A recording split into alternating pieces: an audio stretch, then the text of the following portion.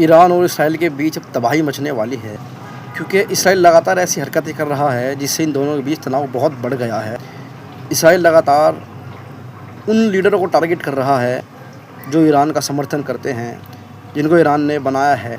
मतलब ईरान जिनकी पूरी मदद करता है, हथियार से, पैसे से और हर तरीके से जिनकी मदद करता है, इसराइल लगातार उनको टारगेट करके मार रहा है। लेकिन अभी इसराइल और ईरान के बीच अभी असली जंग बाकी है।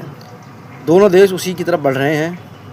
ईरान और इसराइल के बीच कभी भी समझौता नहीं हो सकता। उसका कारण ये है कि दोनों की दुश्मनी इस हद तक पहुंच गई है कि अब समझौता इनके बीच में कभी नहीं होगा। ना ही समझौते की कोई उम्मीद है और शायद ना ही कोई देश अब कराने वाला है, क्योंकि दोनों के साथ बड़ी बड़ी कंट्रियाँ हैं जो एक दूसरे के दुश्मन हैं।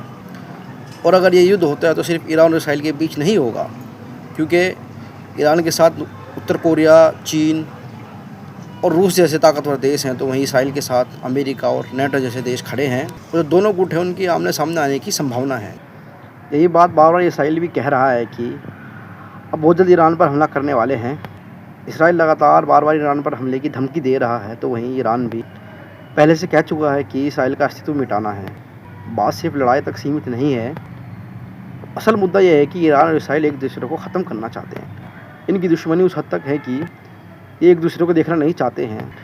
ईरान और इसराइल के बीच करीब करीब 2000 किलोमीटर का फासला है। उसके बाद भी इन दोनों में इतनी बुरी दुश्मनी है। और जो आसपास के देश हैं, इसराइल उन पर भी लगातार हमले करता है और उनको भी दबाने की कोशिश करता है, जिसमें से कई देश ईरान का साथ देते हैं तो कई इसराइल का साथ देते हैं, क्योंकि सारे के सारे देश मुस्लिम हैं। दूसरी तरफ ईरान और अमेरिका की दुश्मनी भी पुरानी है। उसी को देखते हुए अमेरिका इसराइल को खुला समर्थन देता है, खुले हथियार देता है और इस लड़ाई में आग में घी डालने का काम करता है।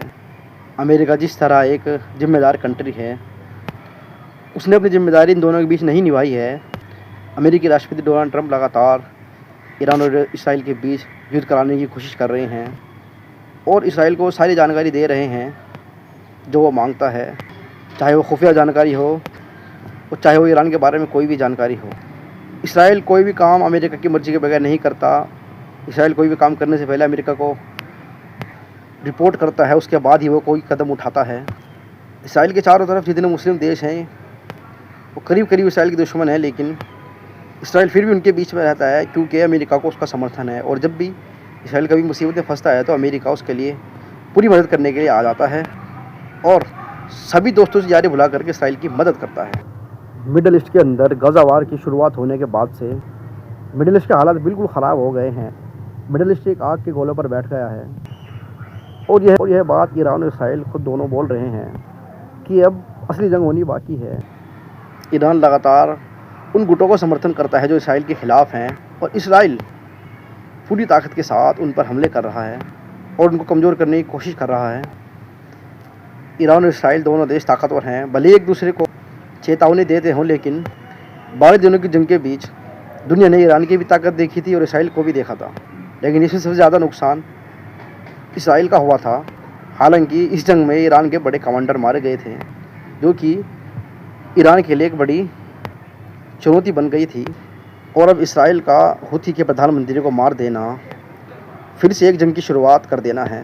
अब दूसरी तरफ हूथियों ने भी इसराइल को अंजाम भुगतने की धमकी दी है और इसराइल से बदला लेने की बात कही है।